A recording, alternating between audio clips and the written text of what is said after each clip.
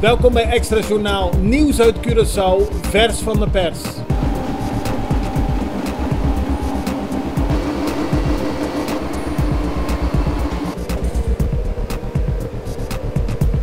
En dit is het nieuws van vandaag. Het Centraal Bureau voor de Statistiek op Curaçao houdt jaarlijks een onderzoek naar de verschillende bedrijven en hun vertrouwen in de toekomst. De cijfers voor 2018 kunnen gerust dramatisch worden genoemd.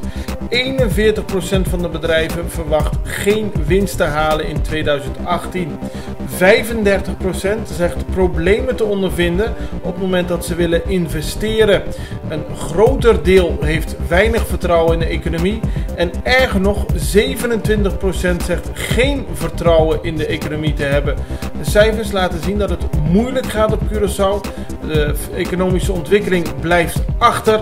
En dat is duidelijk zichtbaar, aldus het CBS in deze conjunctuurenquête. De toerismecijfers op Curaçao voor 2018 zijn tot nu toe positief te noemen. Dat zegt Hugo Clarinda, interim-directeur van het Curaçaose Toerismebureau. Zo is het aantal toeristen dat in de eerste helft van 2018 op Curaçao verbleef 2% hoger, bijna 2%, dan de eerste helft van 2017. Het aantal verblijfstoeristen is toegenomen en ook het aantal nachten dat mensen op Curaçao verblijven is toegenomen. In die zin, zegt Hugo Clarinda, moet het toerisme Curaçao de nodige economische boost geven. Net als voorgaande jaren kent het Curaçao North Sea Jazz Festival weer veel buitenlandse bezoekers dit jaar.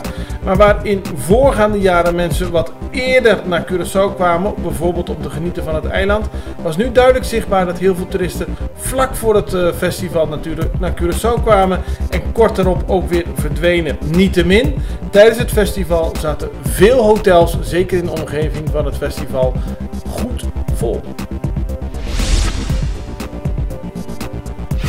Huidig parlementariër en voormalig minister van Volksgezondheid Jacinta Constantia gaat in hoger beroep tegen de straf die ze opgelegd heeft gekregen in de zogenaamde Dubniumzaak.